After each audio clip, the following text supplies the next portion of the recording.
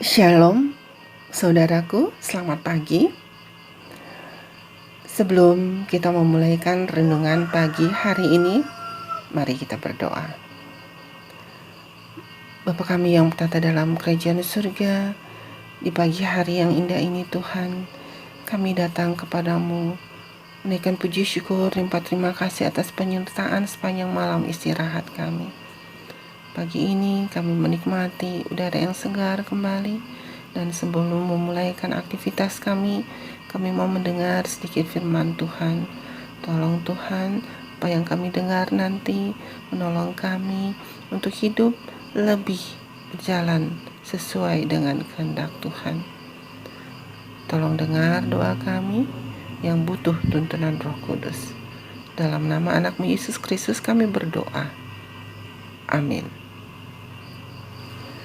Saudaraku, renungan hari ini tanggal 7 Januari, kali kita, dan ayat renungan terdapat di dalam Kisah Para Rasul 17 ayat 28. Demikian firman Tuhan. Sebab di dalam Dia kita hidup, kita bergerak, kita ada. Penjelasannya, dalam membajak tanah, dalam disiplin serta mengerjakan tanah, banyak pelajaran yang senantiasa dapat dipelajari. Tidak seorang pun akan berpikir hendak tinggal di atas sebidang tanah yang belum terurus, dengan berharap tanah itu akan menghasilkan tuaian. Pekerjaan yang sungguh-sungguh, tekun, dan tabah harus dilakukan untuk mempersiapkan tanah itu agar benih dapat ditaburkan. Begitulah pula dalam pekerjaan kerohanian dalam hati manusia. Orang yang akan mendapat manfaat dari pembajakan tanah harus berusaha terus dengan firman Allah dalam hatinya. Mereka akan menemukan tanah hati yang telah dilembutkan oleh pengaruh Roh Kudus yang menaklukkan. Kecuali pekerjaan yang tekun dilakukan pada tanah itu, ia tidak akan menghasilkan tuaian. Demikianlah pula dengan tanah hati. Roh Allah harus mengerjakannya untuk menghaluskan dan melembutkannya sebelum ia dapat mengeluarkan buah untuk kemuliaan Allah.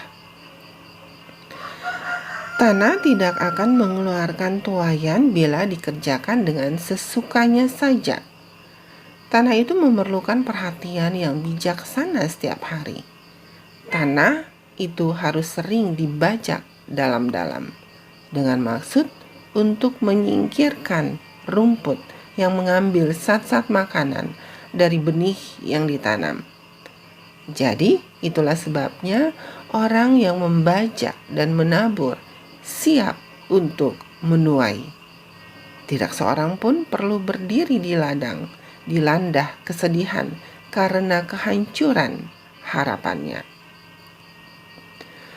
Berkat Tuhan akan bernaung di atas orang yang mengerjakan tanah, mempelajari pelajaran-pelajaran rohani dari alam. Dalam mengerjakan tanah, pekerja itu tahu sedikit harta apa yang akan terungkap di hadapannya. Sementara ia tidak boleh meremehkan pengajaran yang dapat dikumpulkan dari pikiran-pikiran orang yang telah mempunyai pengalaman.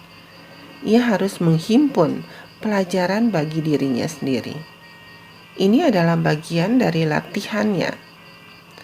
Mengerjakan tanah itu akan terbukti menjadi suatu pendidikan kepada jiwa. Ia yang menyebabkan benih itu bertunas, yang memeliharanya siang dan malam, yang memberikan kuasa untuk bertumbuh adalah kali kita, Raja Surga, dan ia masih tetap lebih memelihara dan memperhatikan anak-anaknya.